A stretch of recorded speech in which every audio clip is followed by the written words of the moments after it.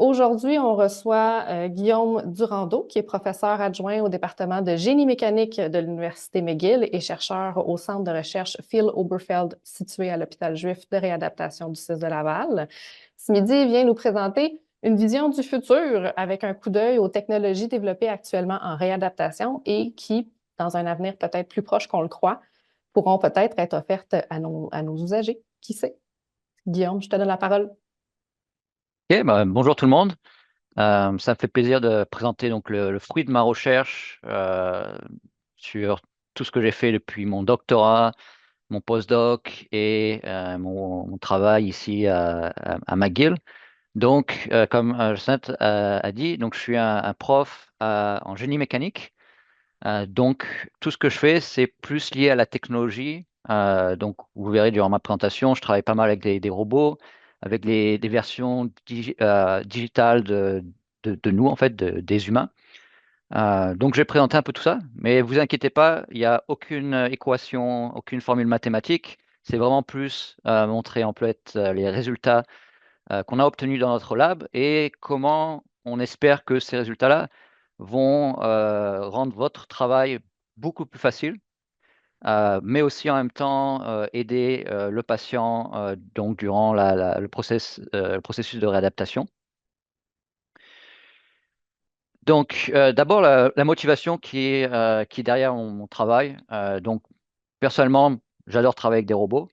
J'adore travailler avec des humains, comprendre comment les humains fonctionnent et comment on peut les aider. Mais il y a aussi des motivations un peu plus sociétales, on va dire. Donc, ce qu'on arrive dans nos pays, donc ça peut être ici au Canada ou en France, en Europe, en Amérique du Nord, c'est que on a une hausse de l'espérance de vie. Donc, nous, nos parents, nos enfants vont vivre beaucoup plus longtemps. Et ça va créer en fait des problèmes. Donc, c'est bien pour nous, mais ça crée aussi des problèmes pour notre société où il faut s'occuper de ces personnes-là qui vont vivre plus longtemps, qui vont avoir des pertes d'autonomie. Donc, il faut qu'on aide ces personnes-là avec ces pertes d'autonomie. Donc, ces personnes-là vont avoir des accidents cérébraux, euh, peuvent avoir des problèmes de chute et tout ça. Donc, il va y avoir aussi des hausses du nombre de patients qui vont avoir des besoins en réadaptation. Donc, ils vont avoir besoin de vous, ils vont avoir des besoins de nous, de plus en plus ils vont avoir des besoins de plus en plus grands. Mais donc le problème qui vient avec, c'est est-ce qu'on a une hausse du nombre de cliniciens qui suit ça? Est-ce que on engage plus de cliniciens pour nos hôpitaux? Est-ce qu'on forme aussi ces cliniciens-là? Est-ce que donc, par exemple, moi je suis prof à l'Université McGill, donc je forme plus des ingénieurs, mais aussi j'ai pas mal de collègues qui travaillent en physio. Donc, le nombre d'étudiants, il augmente pas. Donc, ça veut dire que le nombre de cliniciens dans plusieurs années ne vont pas aussi augmenter. Et un des problèmes que on subit donc travaillant à l'hôpital, est-ce que le financement suit aussi? Donc, on va avoir des besoins qui vont être plus importants. On va avoir besoin de plus de cliniciens. Donc, il faut payer ces cliniciens. Il faut aussi payer tout ce qui est le, les équipements et toutes ces choses-là. Donc, il y a des besoins de financement qui vont être de plus importants, mais ces financements-là ne suivent pas en fait. Donc, il faut trouver des solutions à ces problèmes de société. Et c'est là où j'espère qu'en fait, donc, la technologie va pouvoir aider les cliniciens, aider aussi notre société à pouvoir absorber ces besoins-là. Donc, je travaille pas, j'essaie de travailler donc sur qu'est-ce que va être le futur de la réadaptation, comment on peut résoudre ces problèmes-là.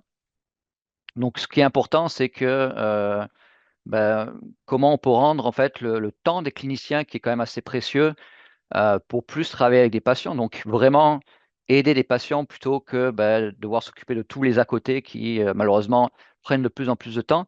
Donc, comment la technologie peut vraiment concentrer le temps des cliniciens pour venir en aide aux patients. Comment on peut aussi réduire le nombre de visites de ces patients-là.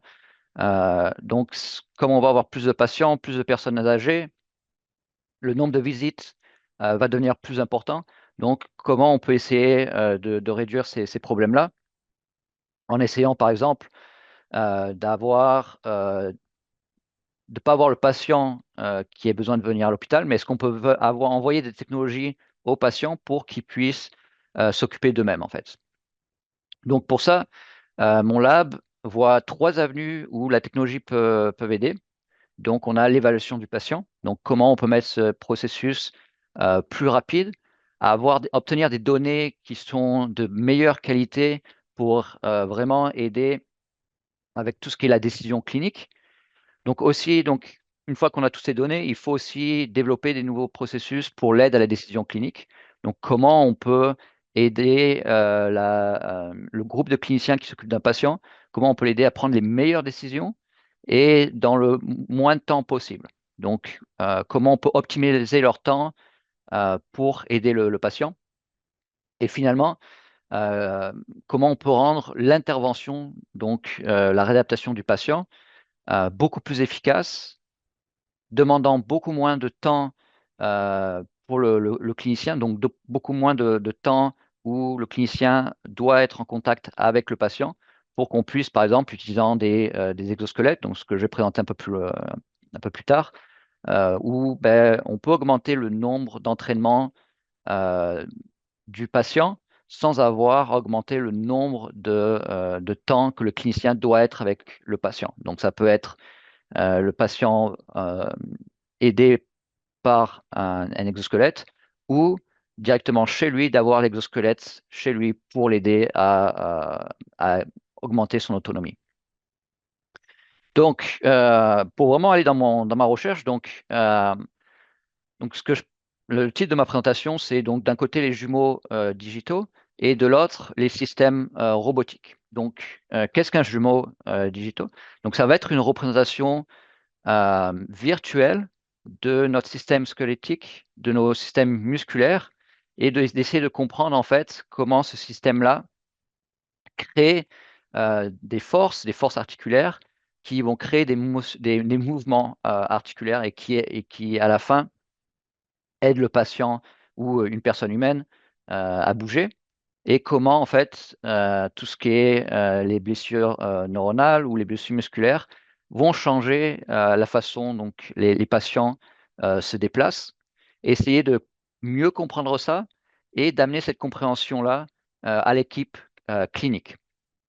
Donc, euh, mon lab a travaillé pendant de nombreuses années sur un logiciel qui s'appelle MyoSuite, qui est en fait euh, un logiciel qui aide à la création de ces modèles virtuels et aussi donc de faire marcher ces modèles-là euh, pour essayer de comprendre ce qui change dans le patient. Donc là, par exemple, j'ai mis un lien vers ce software, ce logiciel qu'on a créé, mais je peux aussi vous présenter directement comment ça marche. Donc là, on peut voir en fait donc un modèle non squelettique, donc c'est jumeaux virtuels. Donc c'est un jumeau assez simple où on a juste 6 muscles et on va voir le coude. Et donc ce qu'on a, donc c'est le système squelettique complet, un système réduit du système musculaire. Et en fait, ce qu'on peut faire, c'est qu'on peut contrôler ces différents muscles pour créer le mouvement.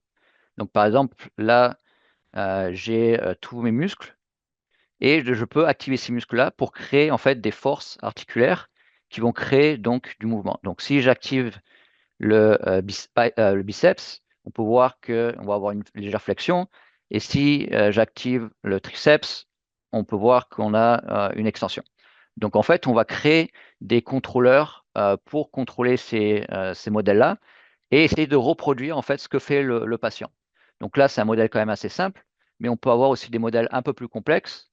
Donc là, on va avoir un modèle des jambes avec plus de 60 muscles qu'on peut contrôler individuellement. Donc ça, c'est une des parties avec lesquelles je travaille. Donc ces modèles non squelettiques, qu'on va essayer donc on va créer des modèles virtuels du patient avec tout son système squelettique son système musculaire pour essayer de comprendre ce qui se passe. Donc, première partie de ma présentation, donc ça va être sur la partie intervention, où là, on va utiliser des exosquelettes. Donc, on va avoir d'un côté ces modèles non-musculosquelettiques, ces jumeaux digitaux, et de l'autre partie, on va avoir des exosquelettes, donc qui est un robot qui va donner une assistance mécanique pour aider le patient à soit finir ses mouvements s'il n'est pas capable de le faire, ou essayer de lui donner un peu de force pour lui donner une certaine autonomie ou faire de l'entraînement. Donc, il y a plusieurs types d'exosquelettes. Donc, un des plus connus, c'est le Locomat, qui est quand même un gros exosquelette qui donc est muni d'un tapis roulant, d'un exosquelette où le patient en fait va marcher sur ce tapis roulant en étant aidé par cet exosquelette. Donc ça aide pour réduire l'intervention humaine. On va avoir aussi des exosquelettes qui aident, qui sont ambulatoires. Donc on va avoir le patient dans l'exosquelette et le patient peut après se déplacer dans l'hôpital. Donc ça va aider pour augmenter le temps d'entraînement. Donc au lieu d'être fixé sur un tapis roulant, le patient peut continuer à marcher beaucoup plus longtemps et ça va l'aider pour l'entraînement. Et un dernier type d'exosquelette, donc ça va être un exosquelette qui sont quand même assez beaucoup plus portatifs, donc beaucoup plus légers, qui vont donner beaucoup moins d'assistance mécanique. Donc la force qu'ils donnent pour aider au mouvement est moindre, mais ils sont portables, légers, et on peut les donner directement au patient pour qu'il puisse les utiliser directement à la maison. Donc on peut voir ici qu'on va avoir trois types d'exosquelettes. Donc des exosquelettes qui sont donc, comme le Locomat, qui sont assez lourds, beaucoup plus chers, mais qui sont vraiment qui vont aider dans les premiers mois de la réhabilitation. Donc après, par exemple, un AVC ou un patient qui est quand même assez handicapé ne peut pas marcher avec ces genres d'exosquelettes de type Locomat. Ils peuvent marcher en étant assistés énormément. Après, on peut voir une deuxième partie où le patient est beaucoup plus indépendant, mais a quand même besoin de recevoir quand même assez de force.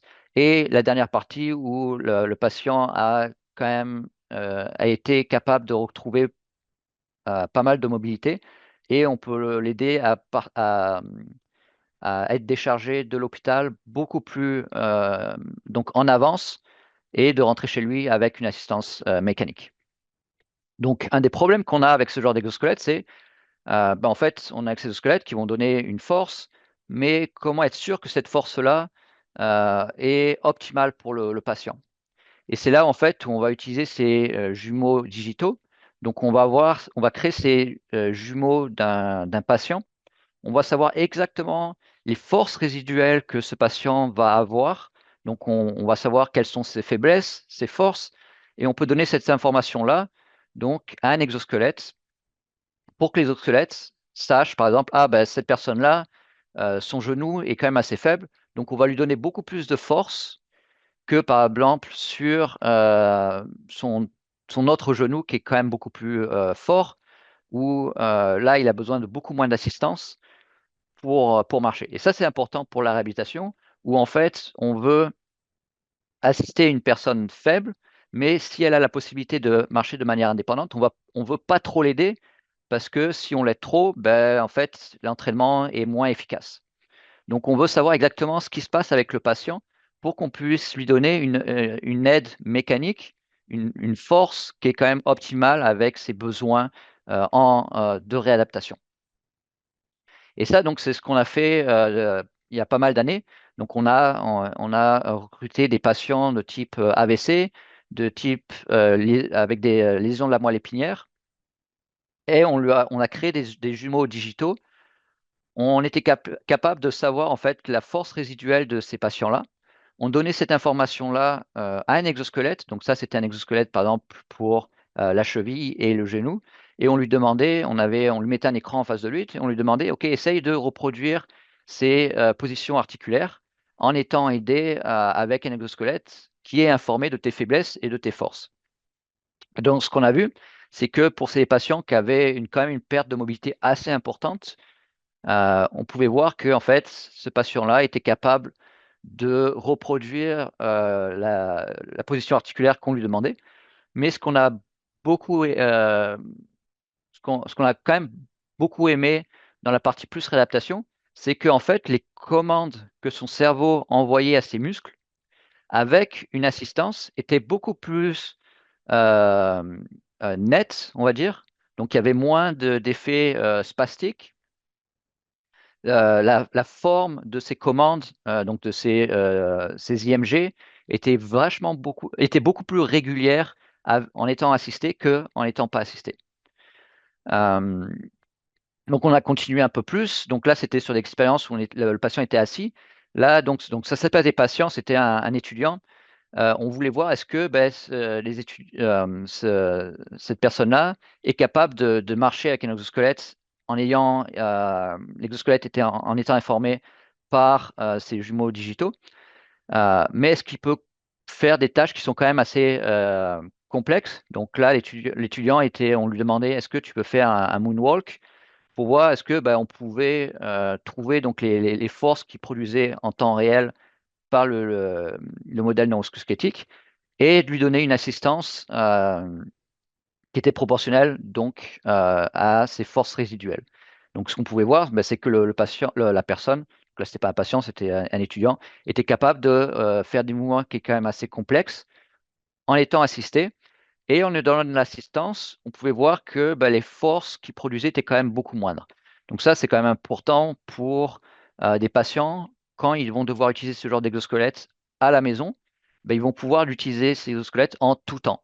Donc ça ne va pas juste aider pour la marche, mais ça va aider ben, quand ils vont avoir besoin de monter des escaliers, de aller faire les courses à l'épicerie avec des chariots et des trucs comme ça. Là, on va pouvoir lui donner un exosquelette où il va pouvoir être aidé en tout temps. Et ça va justement l'aider à être beaucoup plus indépendant, à marcher plus longtemps, faire plus d'exercices et à la fin aider énormément pour sa propre réhabilitation. Mais on peut aussi utiliser ce genre de jumeaux digitaux sur d'autres types de patients. Donc là, on avait un patient qui avait perdu sa main. Et ce qu'on pouvait faire, c'est qu'en fait, virtuellement, on pouvait recréer sa main, capter ces signaux IMG, donc ces signaux musculaires, contrôler le modèle, euh, son jumeau numérique d'une partie de la main qui n'existait plus, et retrouver en fait la force que cette personne-là aurait fait en temps normal s'il n'avait pas perdu sa main.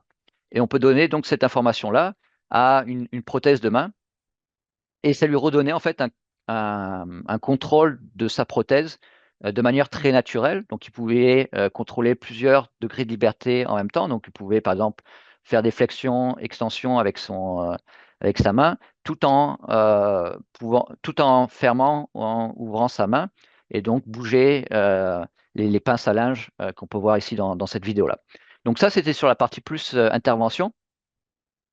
Donc, on peut voir qu'on peut créer des jumeaux digitaux, utiliser les informations, donc les forces résiduelles, lui donner cette information-là à un exosquelette pour qu'il puisse aider pour la réadaptation, augmenter sa capacité à être autonome chez lui. Donc, non, maintenant, ce qu'on peut faire, c'est, une fois qu'on a aussi ces jumeaux digitaux, est-ce qu'on peut utiliser les informations de ces jumeaux-là pour aider à la décision clinique? Donc, pour ça, ce qu'on va faire, on va créer ce qu'on appelle une simulation prédictive où en fait on va créer ces jumeaux digitaux. On va essayer de recréer les effets de la réadaptation, sur le corps humain et de voir en fait comment cette réadaptation-là va changer la manière que le patient peut se mouvoir. Donc on va créer différents modèles digitaux. Donc par exemple, on a un modèle des jambes, un modèle de la main et du bras, un modèle du dos. Et on va utiliser ce qu'on appelle donc l'intelligence artificielle, l'apprentissage automatique, où on va avoir une intelligence artificielle qui va essayer de contrôler ces jumeaux digitaux pour créer une action. Donc on va lui demander à l'intelligence artificielle d'essayer de faire, OK, on a ce modèle de ce patient-là. Est-ce que tu peux essayer de le faire marcher pour voir un peu si, par exemple, ce patient-là est atteint d'un AVC ou c'est une personne âgée qui a beaucoup moins de force, est-ce qu'il est capable de faire cette tâche-là? Est-ce qu'il est capable de marcher? Est-ce qu'il est capable d'attraper des objets? Donc, on va entraîner cet agent, donc ce réseau de neurones, pour essayer de recréer le mouvement. Et donc, si on crée plusieurs agents pour différentes réhabilitations, on peut donc essayer de prédire ce qui va se passer dans le futur. Donc, on peut voir ici, par exemple, on a créé des agents d'intelligence artificielle où on lui demande, on te donne 2 balles dans ta main, essaye de les bouger de manière naturelle, essaye de toucher les différents doigts de ta main ou essaye de bouger des stylos pour reproduire une certaine position. Et ça, c'est fait en fait sans avoir besoin d'enregistrer des données directement sur le patient. Ça, c'est tout fait en simulation. Donc avec ça, on peut aussi simuler donc les interventions robotiques pour essayer de trouver en fait quel robot va être le plus optimal pour quel patient, quel type de patient avec quel type de blessure neuronale. Donc on recrée en simulation aussi des exosquelettes, donc par exemple des exosquelettes de dos, des exosquelettes pour les hanches, pour les chevilles. Mais on peut aussi faire ça pour, par exemple, des personnes en fauteuil roulant. Donc, on peut essayer de recréer la manière que le patient se propulse en fauteuil roulant pour essayer de savoir de quelle manière on peut l'aider à se propulser sans avoir des effets néfastes dans le futur. Donc, par exemple, les personnes avec des lésions médulaires qui utilisent des fauteuils roulants dans la vie de tous les jours, au bout d'un certain nombre d'années, ils vont développer des douleurs musculaires ou des douleurs sur les différentes parties du corps parce que en fait, ils utilisent leurs bras pour se propulser, mais nos bras n'ont pas été faits pour ça en fait. Donc, on va essayer de comprendre ce qui se passe pour essayer de changer la manière dont ils se propulsent en simulation. On peut aussi faire ça, par exemple, pour simuler les pertes d'équilibre. Donc ici, on a différents modèles musculaires, modèles des jumeaux digitaux qui vont représenter donc une personne jeune, une personne âgée. Donc ici, on a essayé de représenter des muscles sarcopéniens. Donc c'est une perte de force, donc une perte de force de 20%, 40% et 60%, et de regarder en fait, si on perturbe ce modèle-là, est-ce qu'il va tomber et quelle force maximale il can euh, recevoir sans tomber. Donc là, on peut voir par exemple que si on fait glisser le tapis en dessous du modèle, on peut voir qu'une personne qui est quand même assez atteinte de sarcopénia, donc 60% de perte musculaire, on peut voir qu'il n'est pas capable de garder l'équilibre, alors qu'une personne un peu plus forte va être capable de ne pas perdre l'équilibre. Donc, ce qu'on peut faire aussi, c'est de regarder quel type d'exosquelette va aider pour quel type de tâche. Donc ça, c'est un projet on est en train de réaliser avec Étienne Goubeau de l'IRSST. Et en fait, ça, je pense, c'est quand même assez intéressant pour cliniciens parce que ça, c'est moins sur le patient, mais plus sur les cliniciens. Donc, on va aider à trouver quel exosquelette de dos est le plus efficace pour le déplacement de patients. Donc, ce qu'on va faire, c'est qu'on va simuler différents exosquelettes de dos. On va simuler ça en simulation et on va essayer de comprendre ce qui se passe au niveau du dos quand une personne, donc un préposé, va bouger un patient. Essayer de comprendre ce qui se passe dans ses muscles, dans sa colonne vertébrale, et de voir quel exosquelette de dos va être le plus efficace pour essayer de réduire les douleurs qui vont apparaître parce que le patient est trop lourd ou la tâche est mal exécutée pour, euh, pour X, Y raison.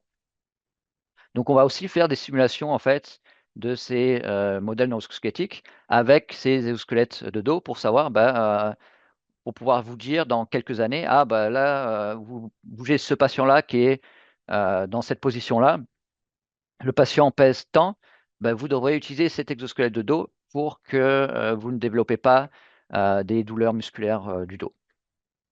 Donc, la dernière partie, ça va être sur l'évaluation du patient. Donc, ce qu'on veut faire, c'est créer une évaluation du patient qui est rapide, économique. Donc, on veut utiliser des modèles technologiques. Donc, forcément, on va devoir ajouter de l'équipement spécifique et aussi une évaluation qui est quand même parlante pour les cliniciens. Donc, par exemple, si on filme quelqu'un qui fait une marche, on va essayer de savoir ce qui se passe à l'intérieur de lui.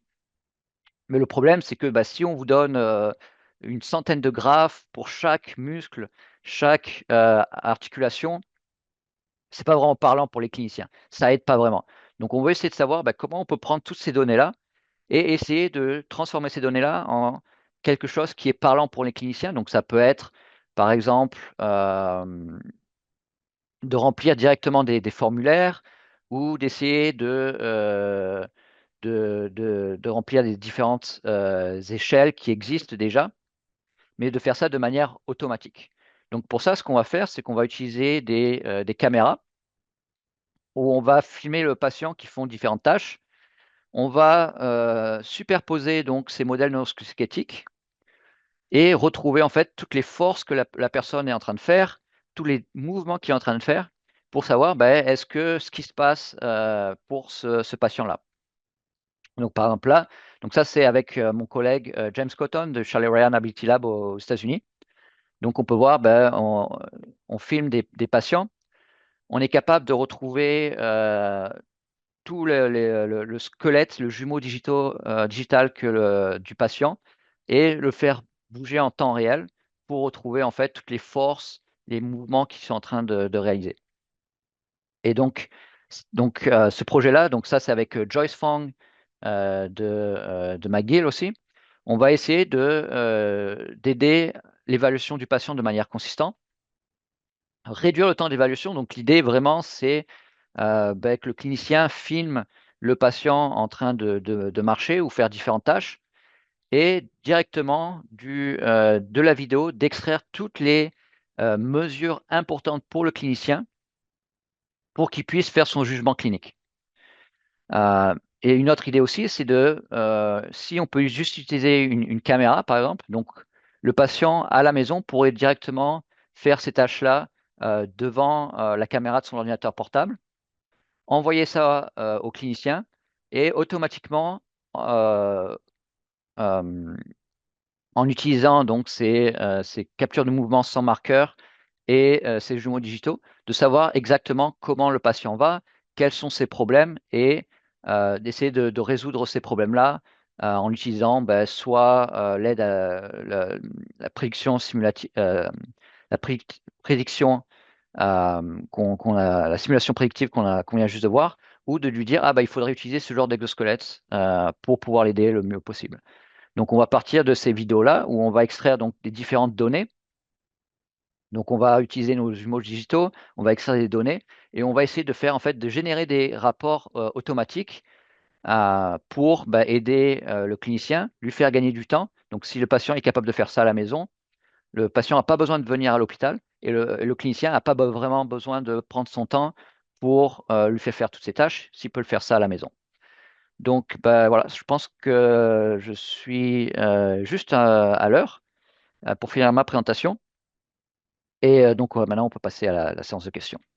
Merci, Guillaume. J'aimerais juste mentionner que le dernier truc que tu as présenté, ça se passe actuellement à la JR. Joyce Fung est une chercheure qui est aussi à la JR. Ils ont travaillé avec des étudiants pour ce volet-là. Alors, merci, Guillaume, pour ta présentation. Vraiment une vision du futur, j'avais pas tort. C'est l'heure, c'est le moment de la période de questions. Si vous en avez, je vous invite à soit lever la main, soit utiliser l'espace de questions-réponses ou le chat pour vos questions. Moi, vite, vite, je te dirais, c'est quoi la place des physiothérapeutes là, dans ces nouvelles technologies-là? Parce que là, on regarde loin. Là. Il y en a peut-être qui sont plus proches d'être en phase d'applicabilité, mais pour, euh, pour faire le lien avec le terrain, les physios, comment ça fonctionne? Oui. Euh, donc, tu sais qu'il y a énormément de personnes qui parlent bah, des systèmes robotiques, de l'intelligence artificielle, et ça, d'un côté, ça fait pas mal peur aux gens parce qu'on se dit, ah ben, ces robots-là ou cette intelligence artificielle va nous remplacer en fait, euh, nous faire perdre notre travail et ces choses-là. Et pour moi, c'est pas vraiment une vision qui je pense, est bonne. Parce que déjà, donc je travaille depuis pas mal d'années avec des robots, de l'intelligence artificielle. Je sais pas, je pense que vous avez déjà tous essayé d'utiliser ChatGPT. Mais moi, personnellement, quand par exemple, bon, j'ai envie de dire je vais au coiffeur, mais enfin, je ne vais plus vraiment au coiffeur ces derniers temps. Euh, J'aime quand ben, la personne me parle, il y a du contact. Et ça, je pense que dans le milieu médical, ce contact-là va jamais disparaître. On aura toujours besoin des cliniciens parce que même si à la fin, il y aura peut-être moins d'intervention directe du clinicien, on aura toujours besoin du patient qui parle au clinicien, qui a besoin d'être rassuré. Et ça, c'est quelque chose que l'intelligence artificielle ne pourra jamais faire. Un robot, c'est quand même assez froid. Même si ça aide, le clinicien sera toujours là. C'est pour ça qu'en fait, dans tout mon travail, mon but, c'est pas de remplacer le clinicien, mais de l'aider. Donc, soit en l'aidant à la décision clinique, soit en l'aidant à faire de l'évaluation du patient de manière optimale, tout en faisant ça en demandant beaucoup moins de temps. Et pour tout ce qui est euh, l'intervention, il y a pas mal de recherches qui a été faites sur ça, où en fait, ce qui est vraiment important, c'est de faire le plus d'entraînement possible pour aider c'est ça qui va aider le patient. Mais du tout, qu'on n'a pas assez de cliniciens, le clinicien n'a pas assez de temps pour aider le patient, le robot va pouvoir donner beaucoup plus de temps pour l'entraînement. Donc pour moi, ma vision, c'est vraiment le clinicien sera toujours là. Et en fait, tout ce qui est intelligence artificielle, robot, va l'aider à être beaucoup plus efficace, à pouvoir garder plus de son temps à discuter avec le patient plutôt qu'à essayer de remplir des feuilles, faire ce genre de choses qui, à la fin, je ne sais pas pour vous, mais pour nous, prennent beaucoup plus de notre temps que vraiment de parler avec des gens, quoi. Donc, ça serait Donc, plus ça ma vision. Ouais. un peu à l'image du dernier exemple que tu as donné où l'évaluation avec la caméra va redonner un rapport qui va accélérer l'analyse là, du patient plutôt que ça soit le clinicien qui, mettons, articulation par articulation et analyse la démarche du patient. C'est ça un peu, je comprends, Mm. là. Donc, Ouais, on ouais, sauve du temps, exactement. Ouais. puis ultimement, le clinicien peut peut-être voir plus de patients ou être plus attentif au contact Oui, humain voilà avec ça. son Donc, patient. voilà, avoir plus de temps pour parler avec le patient, le rassurer, lui expliquer ce qui se passe, et moins de temps à essayer de remplir justement ces rapports-là. C'est ça ma vision vraiment. Vraiment avoir le robot faire ce qu'il fait de mieux, donc lui donner des forces mécaniques au patient pour l'aider. Et les forces de nous humains, c'est tout ce que l'aspect social, expliquer ce qui se passe au patient pour le rassurer. Je pense que c'est ça en fait, vraiment là. Essayer de jouer sur les forces des humains, jouer des forces des robots ou de l'intelligence artificielle. Super. Il y a une question qui vient clairement de la cuisine du centre de recherche à la JR. Do the models take sensory and perceptual problems into account? Fait que est-ce que les modèles prennent en compte les problèmes sensoriels ou de perception? C'est une très bonne question. En fait, pour l'instant, pas du tout. Donc, c'est plus des modèles mécaniques, on va dire. Euh, mais on n'a pas vraiment tout ce qui est perception. Euh, Ça, c'est quelque chose qu'on est en train de travailler justement. Donc, tout ce qui est sensory delay, on est en train d'essayer de mettre ça dans nos modèles-là pour les représenter. Mais après, ouais, l'intégration sensorielle est quand même assez complexe. Euh, c'est quand même un sujet assez complexe qu'on n'a pas vraiment encore regardé, mais qui définitivement, faudra qu'on regarde à un certain point, parce que tout ce qui est, tous les patients qui ont des blessures neuronales, c'est pas non plus que sur les muscles, ça peut être aussi sur tout ce qui est euh, sensoriel en fait. Euh, Parfait. J'ai une autre question. Il y a quelqu'un qui demande combien de temps ça prend pour installer un patient qui a eu un AVC sur un exosquelette Locomate à comparaison avec un plus léger. c'est une très bonne question. Donc après, ça dépend aussi du patient. Donc normalement, le locomate, ça va être quand même des patients qui ont pas beaucoup d'indépendance. Donc là, ça va prendre une bonne 10, 20, une demi-heure pour vraiment installer le patient, euh, le mettre toutes les straps, les trucs comme ça. Puis après, donc le locomate, c'est quand même une machine qui est pas super intelligente où en fait le patient, le clinicien va devoir en fait rentrer tout plein de réglages pour être sûr, ah, là il faut aider ce patient-là à marcher d'une telle manière. Donc ça prend quand même pas mal de temps à faire. Alors qu'un exosquelette que j'avais présenté qui sont légers, le but c'est vraiment que le patient par lui-même est capable de le mettre tout seul sans avoir l'aide de quelqu'un d'autre. Mais ça après c'est des patients qui sont quand même beaucoup plus indépendants. Euh, donc, le locomate, ça va être plus pour des patients qui sont quand même moins dépendants. Les exosquelettes plus légers qui peuvent emporter à la maison, ça va être des patients qui sont quand même plus autonomes. Mais après, c'est plus une continuité. Donc, démarres avec un locomate, par exemple, et tu continues avec un autre exosquelette. Donc, dépendamment des besoins, ça peut évoluer, en fait. Parfait. Je vois pas d'autres questions pour l'instant. N'hésitez pas si vous en avez. Par contre, moi, je te demanderais, c'est quel genre d'informations on peut voir avec les modèles là, musculo-squelettiques, là, le squelette digital. Qu'est-ce que ça donne comme information? Ouais. Donc ces modèles-là, c'est quand même des modèles mécaniques. Donc en fait, on va avoir accès à tout ce qui est force musculaire. Donc on va avoir plus de 60 muscles qui sont présentés. Donc on peut avoir accès à tout ce qui est les forces de ces muscles-là, l'élongation des muscles. Après de ça, on peut aussi avoir tout ce qui est les forces articulaires, les mouvements articulaires. Donc toutes les forces qui sont faites, par exemple, à la cheville, au genou. Donc c'est toutes ces informations-là qu'on peut avoir accès.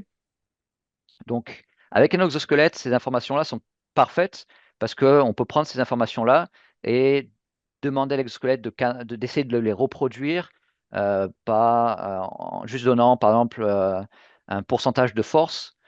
Euh, Par contre, si on veut prendre ces informations-là et essayer de les transformer en quelque chose qui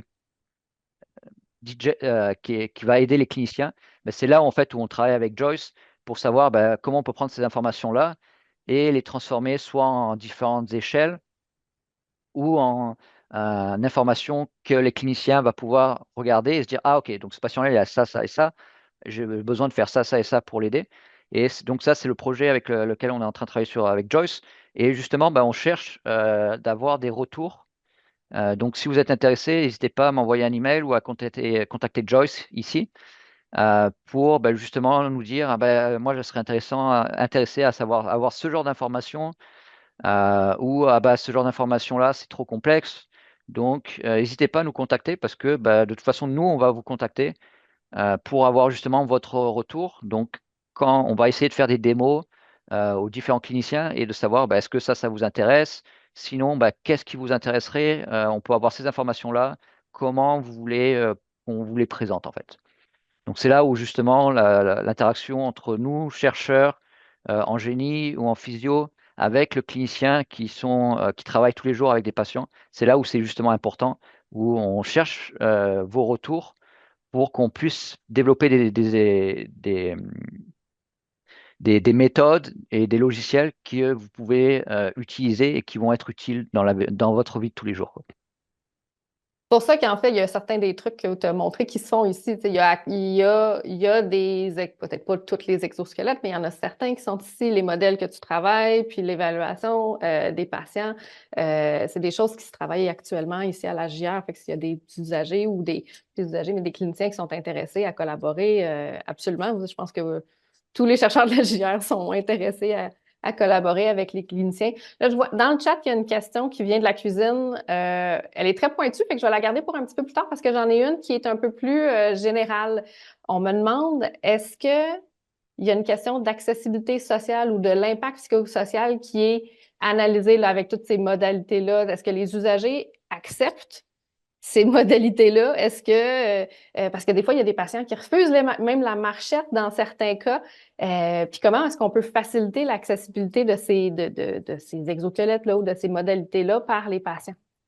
C'est une très bonne question et pas vraiment la réponse, pour être honnête, parce que ça, c'est des choses qui vont devoir aussi être, qu'on va devoir regarder, parce qu'après, bah, ça dépend aussi des- du, euh, de où est-ce que le patient vient.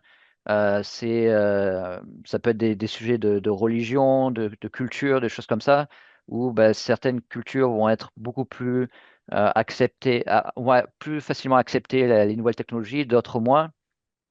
Donc ça, c'est des questions que bah, on se pose pas encore parce que la technologie est pas encore là vraiment. Mais c'est des questions qu'il faudra qu'on se regarde justement. Donc par exemple, les, euh, les trois exosquelettes que je présentais au début. Donc bon, le Locomat, ça c'est quand même un gros truc, on peut pas vraiment ça doit rester à l'hôpital. Mais par exemple, le deuxième, qui était un exosquelette qu'on peut dire extérieur, donc qui se met sur les vêtements, où là, bah, ça fait du bruit, les gens vont voir ça. Euh, Par contre, le troisième exosquelette, qui est quand même assez fin, ça, c'est quelque chose qu'on pourra peut-être améliorer pour porter dessous les habits, par exemple, et être beaucoup moins voyant. Je sais que ça, c'est un gros problème pour tout ce qui est prothèses. Donc, les prothèses sont commercialisées depuis une centaine d'années maintenant.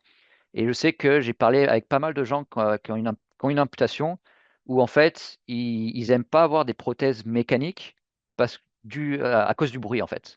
Donc ils vont porter des prothèses où c'est juste des prothèses, comment on dit, euh, visuelles en fait.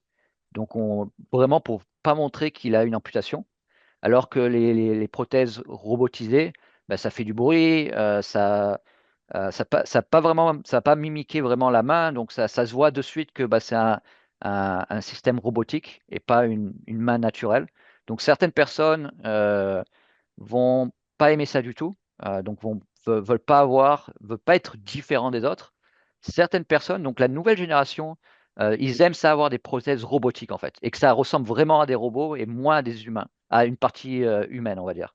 Donc il faut que ça soit blanc, genre comme Iron Man, avec des trucs qui font de toutes les couleurs. Donc pour les enfants, par exemple. Donc après, ça va changer, je pense aussi avec le temps où bah, justement être moitié homme, moitié machine, ça va être quelque chose qui va plaire à d'autres patients. D'autres patients vont pas aimer ça et veulent pas être différents. Donc c'est une bonne question, pas vraiment de réponse. Ça, c'est quelque chose qu'il faudra qu'on regarde définitivement. Mais si la question a été posée, peut-être parce qu'il y a un intérêt pour avoir la réponse à l'interne ici. Peut-être un Ouais, futur projet de recherche, qui sait? ouais, bah pourquoi pas, ouais. Pourquoi pas? Là, je regarde, j'ai pas d'autres questions, sauf la question qui est très technique, puis je vais essayer de la répéter de la meilleure façon possible. Donc, en anglais, c'est je vais la traduire rapidement. Là. Il y a un groupe en Italie qui crée des robots qui prennent en considération les principes physiologiques comme référence de contrôle, si je le traduis bien. Est-ce que tu es familier avec cette approche? Puis, quelles sont les différences entre cette approche-là et la tienne? Euh, bon, pour être honnête, j'aurais besoin d'un peu plus de précision parce qu'il y a énormément de différentes de travail qui sont faits en Italie et en Europe en général. Donc, Mhm. mon superviseur de doc était italien, donc c'est peut-être les mêmes personnes. Euh, donc, nous, ce qu'on fait, c'est qu'on a vraiment ces modèles non-squelettiques, donc qui représentent ce qui, en fait, est quelque chose, une considération physiologique, et on va utiliser directement ces forces-là pour contrôler un exosquelette. Après, je sais qu'il y a différents collègues qui vont essayer, par exemple, d'utiliser les réflexes musculaires pour essayer de trouver des commandes pour l'exosquelette. Certaines personnes vont utiliser d'autres capteurs de marche pour essayer de retrouver en fait des principes physiologiques pour contrôler l'exosquelette. Donc à la fin, c'est quand même semblable. Euh, c'est juste que nous, on va utiliser ces modèles digitaux qu'on va personnaliser au patient. Donc, on va vraiment savoir ce qui se passe à l'intérieur du patient et donner cette information-là à l'exosquelette. C'est bon. Je vois pas d'autres questions pour le moment. Il y avait une Et question sur question, l'accès pour les patients. donc, ça va être question sur l'accès sur le J'imagine prix. comment les. Ouais, c'est ça. J'imagine c'est comment est-ce que les patients peuvent avoir accès à ce genre de technologie-là. Effectivement, il y a une question de prix, mais il y a une question aussi que, bon, est-ce que ça serait couvert et combien ça coûte? Mais je pense qu'il y a déjà aussi une question de, c'est en développement, là. Il y en a qui, c'est pas Non, non, mais ça, nécessairement commercialisé tout le temps. ouais, ben ça, c'est une bonne question parce que il y a par exemple le Locomat, c'est déjà quelque chose qu'on peut acheter. Donc, je sais que. Mais après, ça dépend vraiment du système de remboursement. Par exemple, aux États-Unis, j'ai visité il n'y a pas longtemps le Chalet Ryan Ability Lab, qui est un des plus gros centres de réhabilitation privés aux États-Unis. Donc, bah, ils ont énormément d'argent et ils ont déjà pas mal d'exosquelettes en fait. Mais bon, après, c'est un système privé. Donc, si tu as de l'argent, bah, tu vas là et tu reçois, bah, tu as énormément de cliniciens qui vont t'aider, tu as des robots et tout comme ça. Je sais qu'en Suisse aussi, ils ont pas mal accès à ce genre d'exosquelettes. Québec, un peu différent, je pense. On connaît tous un peu les problèmes qu'on a ici. Et ça, donc, c'est vraiment quelque chose qui, je garde dans ma tête, qu'on doit développer des systèmes qui sont quand même peu dispendieux. Donc, par exemple, le dernier parti que je présentais, c'était vraiment, on essaie vraiment d'utiliser juste une caméra, donc pour que ça soit le moins cher possible. Donc, juste une caméra, le moins cher possible, que ce soit vraiment facile à utiliser par le clinicien. Donc, le clinicien n'a pas besoin de mettre trois ou quatre caméras, il peut utiliser son téléphone, filmer et après utiliser tout ce qu'on développe pour avoir cette information-là. Donc, nous, tout ce qu'on développe aussi, la plupart du temps, c'est en source ouverte.